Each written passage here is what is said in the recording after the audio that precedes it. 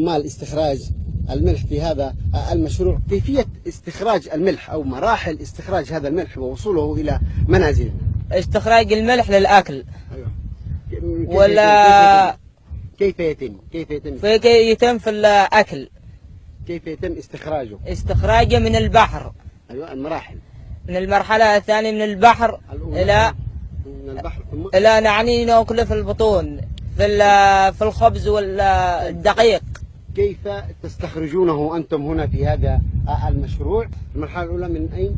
من المضخة إلى المرحلة الثانية. إلى أين بالضبط تكون المرحلة الثانية؟ إلى الثالثة. المرحلة الثانية ماذا يتم في المرحلة الثانية؟ الملح.